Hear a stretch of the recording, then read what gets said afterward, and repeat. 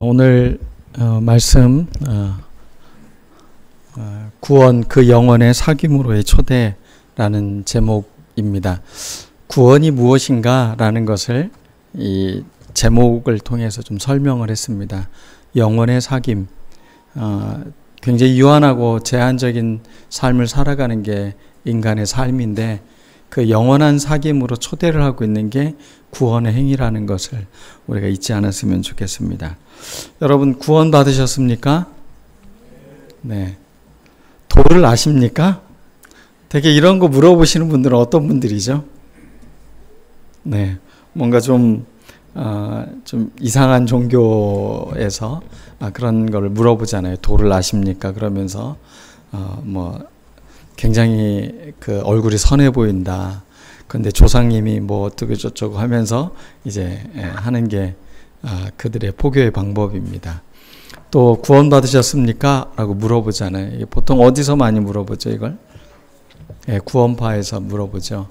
그러면 신학교 다닐 때 한참 이제 논쟁하고 많이 머리에 들어있잖아요. 그러니까 이거 좀 써먹어 봤으면 좋겠다 싶으니까 이제 그런 분들이랑 이제 논쟁을 하죠. 그럴 때 이제 당신이 지금 말하는 것은 구원이 현재입니까? 과거입니까? 미래의 구원을 이야기하는 겁니까? 그럼 그 모든 걸 다 포함하는 거래요. 그러면 지금 나한테 얘기한 건 과거입니까? 현재를 물어본 겁니까? 미래를 물어본 겁니까? 하면서 막 이제 논쟁을 벌이던 그 철없었던 젊을 때가 있었습니다. 근데 오늘 이 구원이라는 거, 신앙에 있어서 굉장히 중요한 내용임에도 불구하고 이 구원에 대해서 우리가 많이 좀 오해를 하고 있는 부분이 많이 있지 않나 싶습니다. 여러분 구원이 유산입니까? 저희 아들, 딸들은 저희한테 그러더군요. 아빠 빚만 안 남겨주면 됩니다. 뭐 이런 이야기를 하던데 유산이라는 것은 받으면 늘 풍요로워지고 행복하고 이게 내 삶에 굉장히 귀한 가치라고 생각하는 것이 아마 유산인데 정말 구원이 나에게 정말 그런 가치 있는 것인가? 내가 진짜 평생을 이것을 또 내 자손, 내 후손들에게 계속 물려줄 만한 그런 가치 있는 것인가? 우리 모두가 다 이것에는 아멘이라고 대답할 것입니다. 지난 한 주간 여러분들은 어떻게 사셨습니까? 긍휼을 실천하자고 했는데 누구에게 긍휼을 베푸셨습니까? 성경 말씀에는 그 긍휼의 대상이 오히려 가까운 사람이 아니라 나하고 아무 관련이 없는 사람이에요. 근데 그 사람이 마음에 불쌍히 여기는 마음이 생기는 거예요. 타인의 고통인데 나에게 아주 깊은 마음의 울림이 생기는 그런 경험들. 말씀을 들었으면 한 주간 여러분들이 그런 경험들이 많이 우러나왔으면 좋겠다라는 생각을 했었는데 여러분이 어떻게 사셨는지 모르겠습니다. 이런 마음으로 살아가면 세상은 정말 아름다운 세상이 될 겁니다. 근데 세상이 왜 거칠어지고 왜 그렇습니까? 너는 나, 나는 나. 너하고 나하고 아무 관련이 없어. 이런 마음을 갖고 살아가면 이 마음이 점점 거칠어지죠. 그래서 그 연쇄살인범들, 그 사이코패스라고 하는 사람들, 물론 사이코패스라고 해서 다 연쇄살인을 저지르는 건 아닙니다. 근데 이 공감 능력의 뇌가 이제 고장난 사람들이에요. 그러니까 타인의 아픔을 보고 그 아픔에 전혀 뇌가 반응하지 않는 거죠. 그러니까 어떤 사람이 정말 슬프고 절망적인 상황에서 눈물을 흘리고 있는데 그 사람의 마음에는 전혀 슬프거나 공감되지 않는 거죠. 오히려 그런 모습을 보고 웃거나 이런 모습을 보이는 거. 이게 사이코패스죠. 세상이 그런 사람들로 만약에 가득 차 있다면 정말 세상은 두려울 것 같아요. 그런 세상 삭막해서 어떻게 살아가지? 이런 마음이 들 수 있을 것 같습니다. 오늘 성경 말씀에 마태복음 19장 오늘 말씀은 굉장히 멋진 청년이 한 명 나옵니다. 부자입니다. 젊어서 성공한 것 같아요. 아니면 유산을 많이 받았는지. 아무튼 이는 젊다는 말이 이렇게 저한테 이렇게 매력적으로 다가오는 게 이제 점점 나이가 들어가고 있는 거겠죠. 젊고 돈도 많고 그리고 관원이라는 다른 복음서에는 그렇게 써 있거든요. 관원인 걸 보면 이 사람이 사회적 지위도 갖고 있는 청년이었어요. 부자의 젊고 사회적 명예도 갖고 있고 그런 사람, 거기에 또 종교적으로도 흠잡을 데 없는 아주 멋진 삶을 살고 있는 친구입니다. 이런 사람 혹시 보면 저한테 좀 소개해 주십시오. 저희 딸 소개해 주게. 네, 사이 삼고 싶은 그런 아주 훌륭한 사람입니다. 근데 이 사람은 예수님께 질문을 합니다. 어떻게 해야 영생을 얻겠습니까? 무슨 선한 일을 해야 영생을 얻겠습니까? 라고 질문을 해요. 영생과 선한 일과 관련되어져 있다라고 그는 질문을 하고 있는 거죠. 그러니까 예수님께서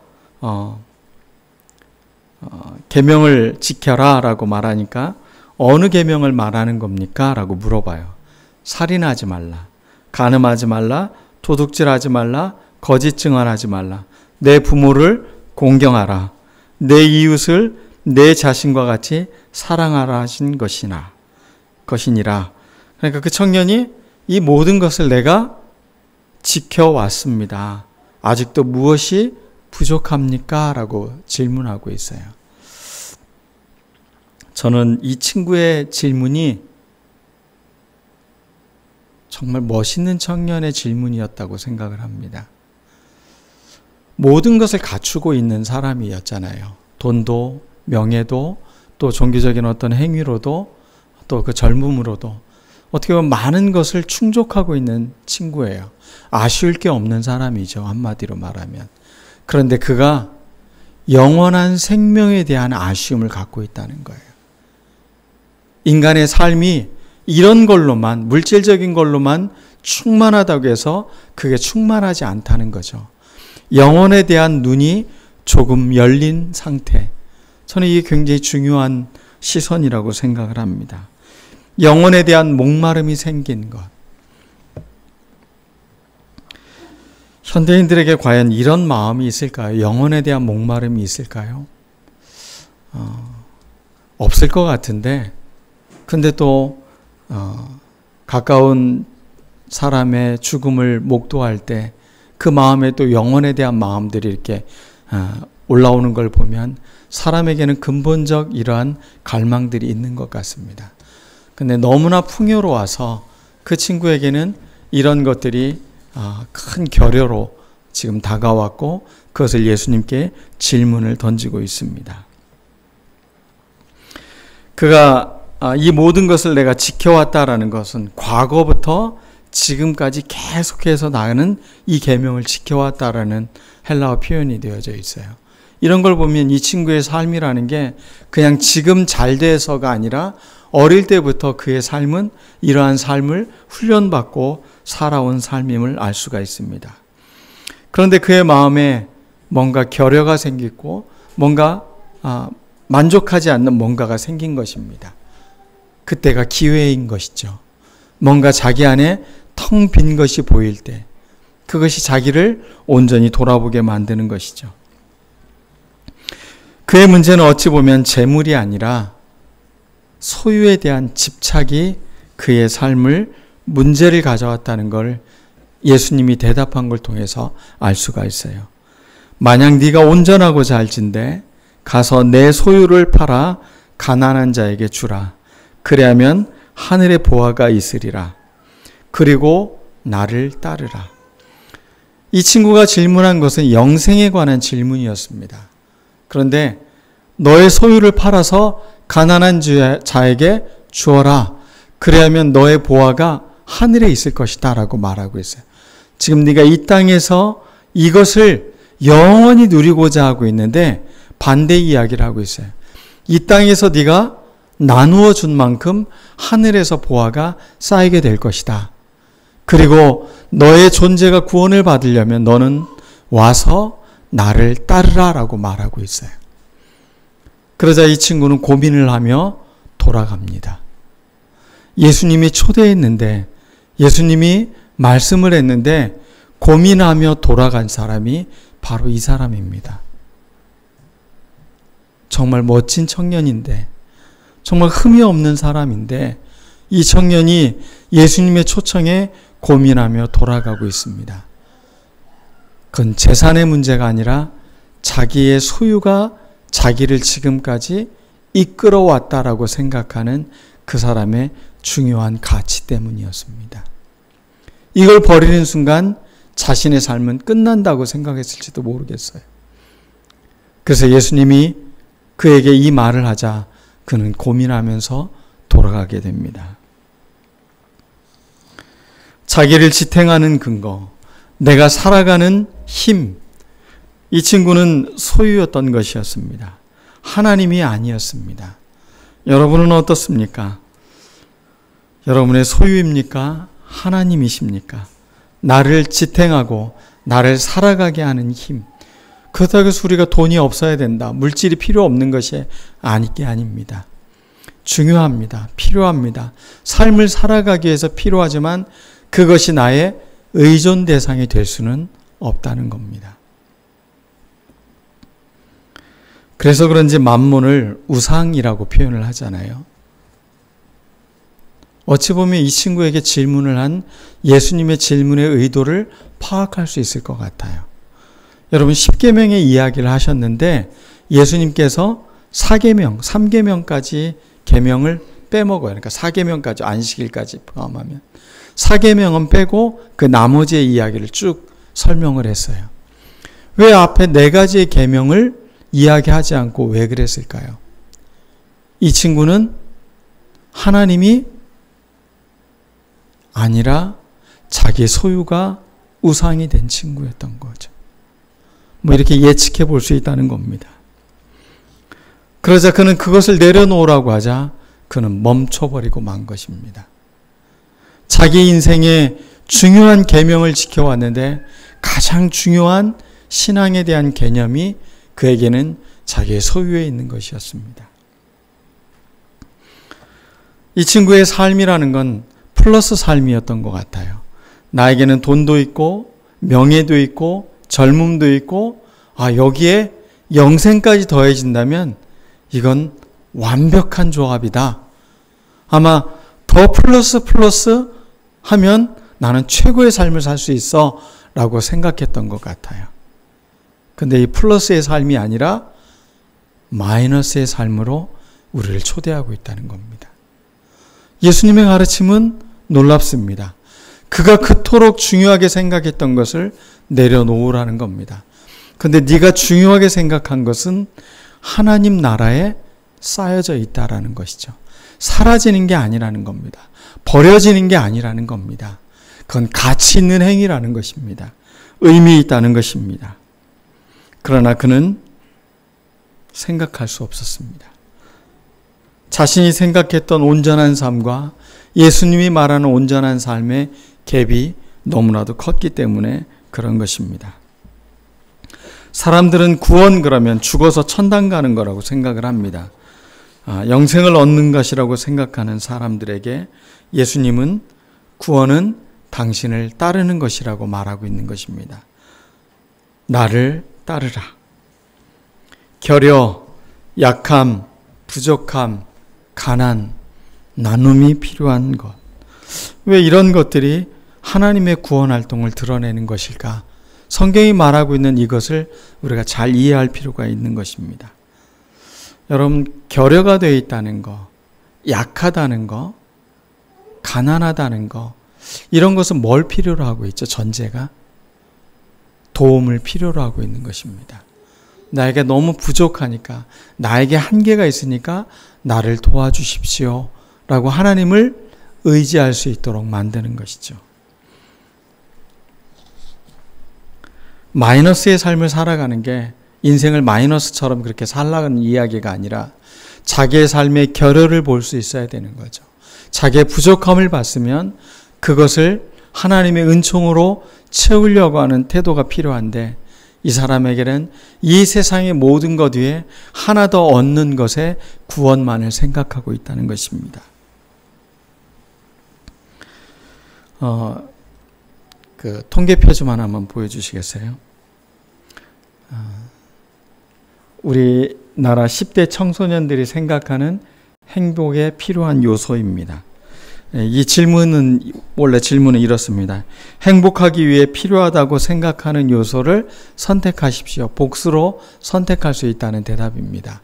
그러면 공통적으로 아이들이 가장 중요하게 생각하는 게 뭔지를 알 수 있겠죠.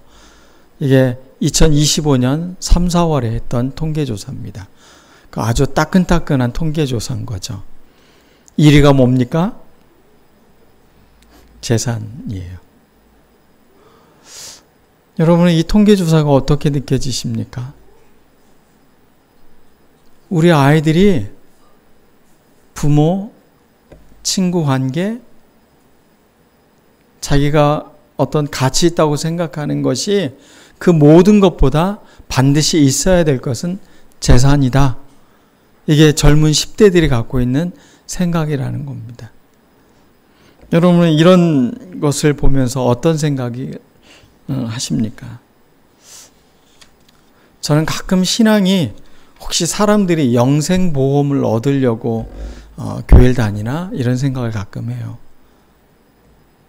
죽어서 천국 가려고 그건 내 미래가 불투명하니까 내가 구원받을지 지옥 갈지 모르니까 이 보험 하나는 확실히 드러나야 내가 후회 없는 삶을 살겠지. 그렇게 생각하는 마음으로 혹시 생명보험 들듯이 영생보험에 가입하는 건 아닌지 이런 생각이 듭니다. 인간의 중요한 가치, 그 가치에서 나오는 게 정체성이거든요. 내가 누구인가를 말을 해요. 내가 어떤 거에 가치를 두고 살아가느냐가 그게 나를 말해주고 있는 거예요. 요즘 젊은 아이들이 자기를 말하고 있는 건 재산이라는 거예요. 자기 부모의 재산이 많거나 자기가 돈이 많아서 공부 안 해도 되고 뭐 안 해도 되고 이렇게 삶을 살아가는 거. 그거 하면 나는 행복할 것이다 라고 생각한다는 것이죠. 압도적인 1위, 돈, 재산.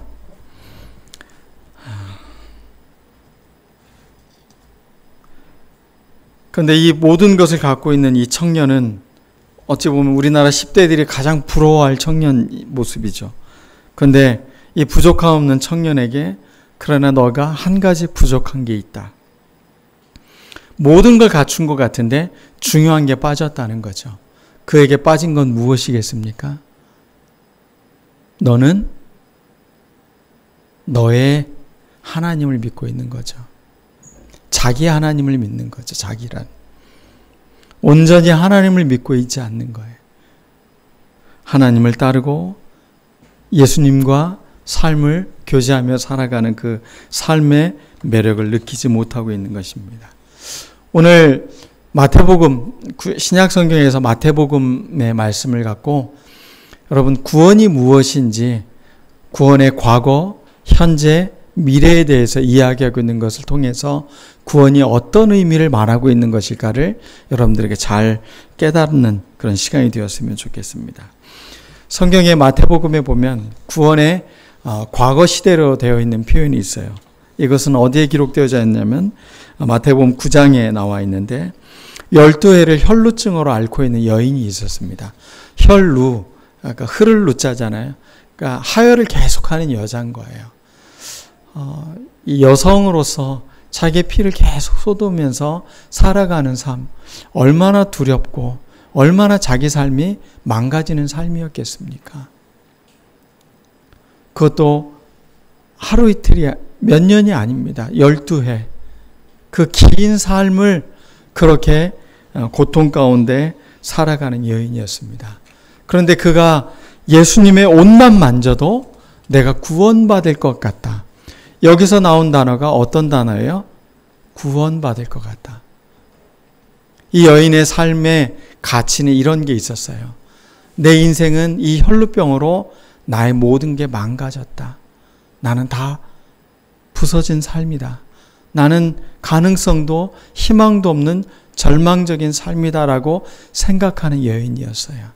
단지 질병이 아니라 그것이 자기의 삶의 모든 것을 파괴했다고 믿고 있는 삶이었어요. 그런 여인이 예수님의 옷자락을 만졌을 때 어떻게 됐습니까? 그 여인의 몸이 낫게 됩니다. 이 여인이 두려웠어요. 어떻게 나한테 이런 일이? 그런데 이 여인이 부정한 여인이에요. 피를 흘리는 여인은 부정한 여인이에요. 근데 예수님을 만졌어요. 근데 내 몸에서 뭔가 이게 나갔다. 그러면서 멈춰 세우니까 이 여자가 두려워하고 있어요. 혹시 나의 이것을 저 사람이 뭐라고 하면 어떡하나? 갑자기 두려운 마음이 들었죠. 예수님께서 그 여인을 바라보면서 이렇게 이야기하십니다. 딸아, 안심하라. 여러분, 이 여인의 나이가 예수님의 나이하고 그렇게 얼마 차이 나지 않을 것 같아요. 오히려 더 많을 수도 있어요.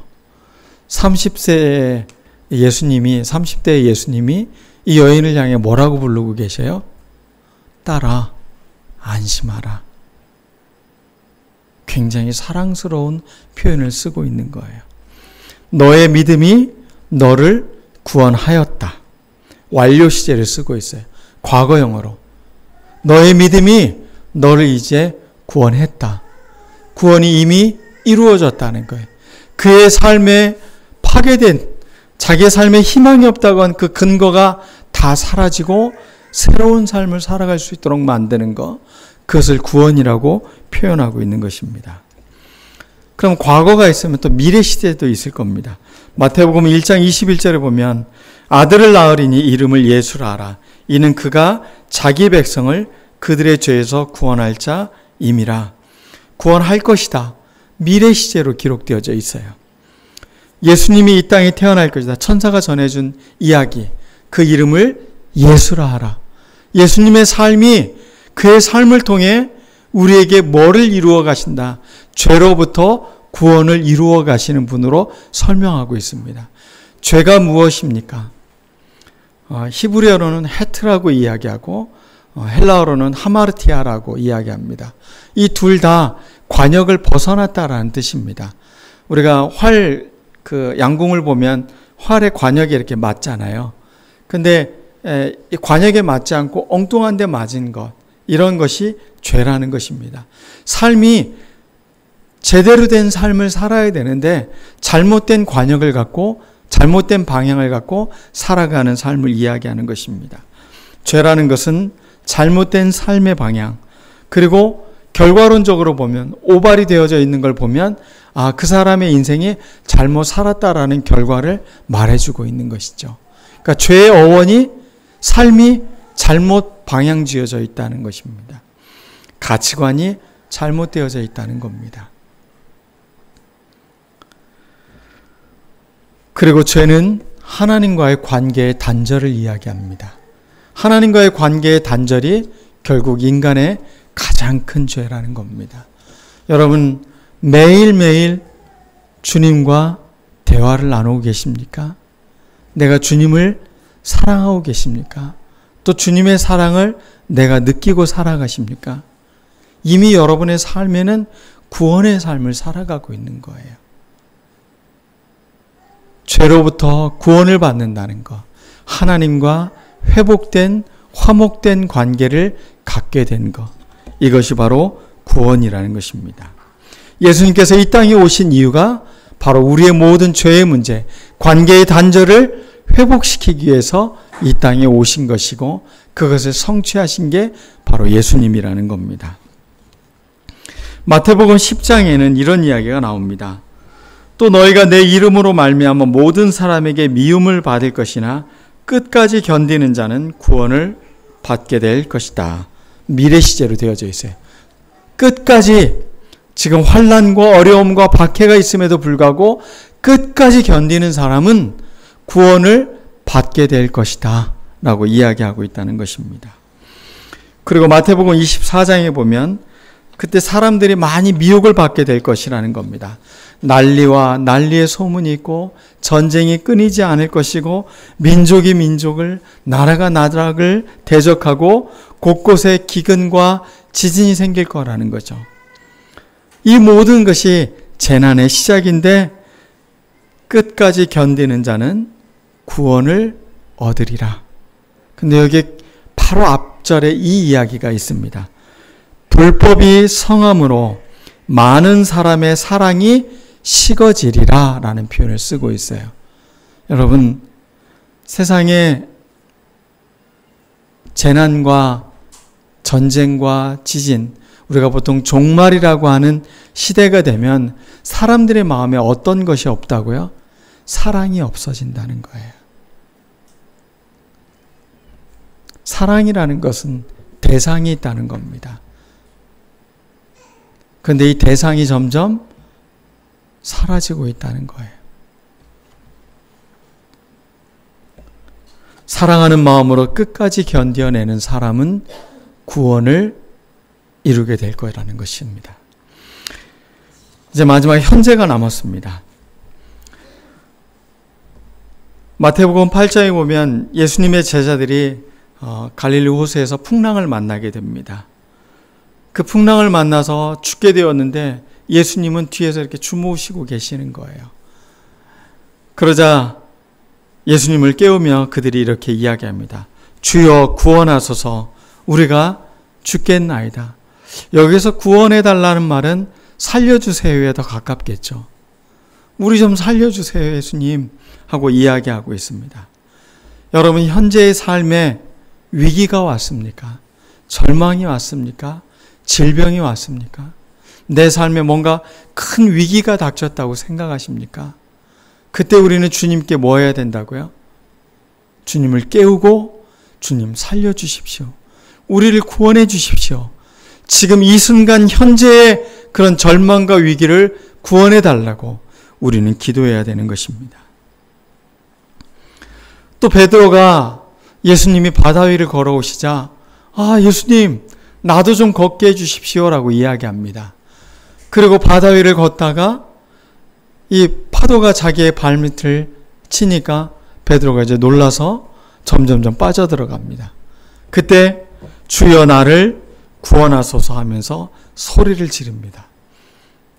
수영 잘했을 텐데. 예수님이 즉시 손을 내밀어 베드로를 잡아주십니다. 그리고 이렇게 이야기합니다. 믿음이 작은 자여 왜 의심하느냐.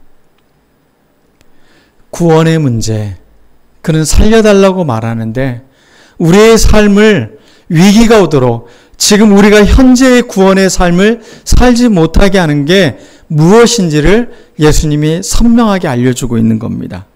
믿음이 적은 자, 의심하는 자, 그에게는 구원이 위기가 닥친다는 겁니다. 지금 여러분의 현재의 삶에서 믿음이 적거나 의심이 일어난다는 것은 여러분의 삶을 위기 속으로 점점 들어가게 만드는 것이라는 겁니다. 예수님께서 누구든지 자기 목숨을 구원고자 하면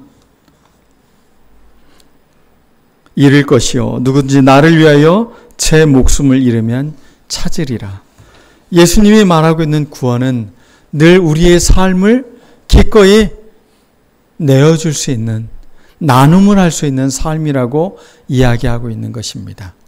그럼 예수님의 이 말씀과 비교해서 본다면 이 부자 관원의 문제는 뭐였습니까? 그는 자기 인생에 자기의 구원이 자기가 갖고 있는 소유라고 생각을 한 겁니다. 그래서 나눠줄 수가 없었습니다. 베풀 수가 없었습니다. 그러나 우리의 삶이 이 땅의 삶을 살아가면서 자기 목숨만을 위해서 자기 목숨만 살겠다고 살아가는 삶은 잃어버리게 될 거라고 말하고 있는 것입니다.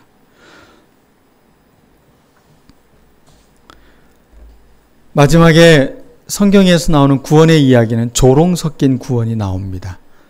그것은 예수님 십자가에 매달렸을 때 그 십자가 주변에 있던 사람들, 예수님이 고난을 받고 있는 상황 가운데 예수님을 향해 사람들이 조롱하는 말로 구원을 이야기하고 있는 것입니다. 요즘 사람들이 그러죠. 구원을 주십시오라고 말하니까 10원 주고 1원만 주면 돼. 뭐 이런 이야기를 하잖아요. 이런 것들이 조롱이죠. 우스갯소리인 것 같지만 구원이라는 것의 심각한 그 하나님의 은총에 대해서 너무 가볍게 이야기하고 있는 것, 이런 것들을 우리가 조심해야 되는 것입니다. 조롱 섞인 구원관, 거기에는 이것입니다. 한번 보기 좋게 한번 보여줘봐. 네가 구원받은 것을 한번 우리들 눈앞에서 보기 좋게 보여줘봐. 네가 한번 십자가에서 내려와봐. 그러면 우리가 너를 믿을게 라고 말하는 거죠. 이들이 말하고 있는 구원은 뭡니까? 사람들 앞에 뭔가 내세우는 구원을 이야기하고 있는 것이죠. 말씀을 마치겠습니다. 구원은 단지 과거의 구원, 병을 낫고 생명을 살리고 또 지금 현재의 문제를 해결하고 또 미래의 것들에 대해서 구원받는 것, 이 모든 것들을 다 아루는 것입니다. 그러면 이 모든 것을 아루는 것은 무엇이 있을까요? 지금 이 순간 주님을 따르는 것, 그게 구원입니다. 내가 지금 이 순간 주님을 따르면 과거에도 앞으로도 나의 삶은 계속 주님과 연관되어진 삶을 살아가는 존재이기 때문에 그렇습니다. 그러면 우리는 어떻게 살아야 되는 것입니까? 구원을 받았다. 구원을 받을 것이다. 구원을 살아간다. 이런 표현들을 우리는 어떻게 살아가야 되고 어떻게 적용해야 될 것인가? 신앙의 좌표를 수정해야 됩니다. 관역이 잘못되어져 있으면 관역을 어떻게 해야 됩니까? 제대로 잘 쏘아야 되겠죠. 내가 해야 할 일, 뭘 더하는 일이 아니라 이미 하신 일, 십자가에서 주님이 구원을 이루신 것을 믿고 거기에 시선을 맞추고 살아가는 삶을 우리는 살아가야 되는 것입니다. 시선이 잘못되면, 관점이 잘못되면 우리의 구원은 오해받기 쉬운 것입니다. 주님에게 우리의 구원의 눈동자를 바르게 두고 있을 때 우리는 구원을 살아갈 수 있는 것입니다. 두 번째, 비움의 결단을 가졌으면 좋겠습니다. 매일 한 가지씩 좀 내려놨으면 좋겠어요. 여러분, 시간을 좀 내려놓으십시오. 나만을 위해서 살아가는 삶이 아니라 누군가를 위해서 시간을 쓰는 것, 이런 걸 뭐라고 하죠? 봉사라고 해요. 섬김이라고 해요. 세상 사람들도 봉사하는 즐거움을 갖고 있잖아요. 그래서 고아원에 가서 또 어떤 선한 일들을 위해서 수고하고 땀을 흘립니다. 자기 그 재능을 갖고 또 기부하는 사람들도 있어요. 짜장면을 만드시는 그 중국 요리사분이 아이들이 너무 짜장면을 좋아하니까 자기는 그래서 요리사가 됐대요. 그래서 매 시간을 정해가지고 일주일에 한 번씩 그 고아원에 있는 아이들을 위해서 짜장면을 만들어줘요. 그리고 그걸 너무 행복해하고 있어요. 아이들이 맛있게 먹고 있는 모습을 보면서. 삶의 의미, 가치. 세상 사람들도 자기 삶의 가치를 위해서 자기 시간을 쓰고 자기 돈을 쓰고 자기의 능력을 사용하고 있습니다. 예수 믿는 사람들, 우리에게 똑같이 주님은 우리에게 요구하고 있어요. 여러분, 시간을 제발 나누어 주십시오. 시간 없다고 핑계하지 마시고 그 시간을 나누어 주십시오. 여러분의 돈을 나누어 주십시오. 의미 있고 귀하고 선하고 가치 있는 곳에 여러분의 그 소유를 내가 이것의 노예가 아니라는 것을 보이며 살아가십시오. 여러분의 명예, 자존심, 이거 좀 내려놓는 시간도 가졌으면 좋겠어요. 지금 내 그 나이에, 내 명예에, 내가 그런 걸 할 수 없지 라고 생각하는 거, 그런 거를 내려놓고 여러분 섬김을 하고 봉사를 하고 사람들을 위해 여러분 자신을 나눠주는 사람. 여러분, 자존심 그거 중요하지 않습니다. 정말 중요한 건 주존심이에요. 주님이 존귀히 되는 게 중요하지 내가 존귀히 되는 게 그게 뭐 그렇게 중요합니까? 예수 믿는 사람들의 가치에는, 내 인생의 가장 최고의 가치는 나의 삶을 통해 주님이 높임을 받는 것입니다. 찬양이라는 말이 무엇입니까? 자랑한다는 말에서 나온 말입니다. 노래 부르는 게 찬양이 아니에요. 내 삶에 예수님은 자랑거리입니다. 하나님은 나의 자랑거리입니다. 그분을 높이는 게 그게 찬양인 거예요. 세 번째, 작은 순종 속에서 하나님 나라를 또 교회가 그런 것들을 보여줘야 됩니다. 지금 여기 함께 계시는 하나님. 그래서 이분들을 보면 하나님이 정말 살아계신 것 같다. 정말 저분들은 구원받은 사람인 것 같아. 세상 사람들이 그런 감탄사를 낼 수 있는 삶. 이게 우리의 아름다운 구원의 삶이 아닐까 싶습니다.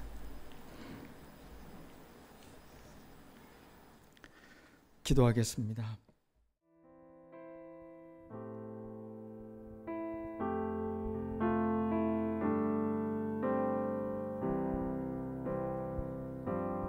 우리 주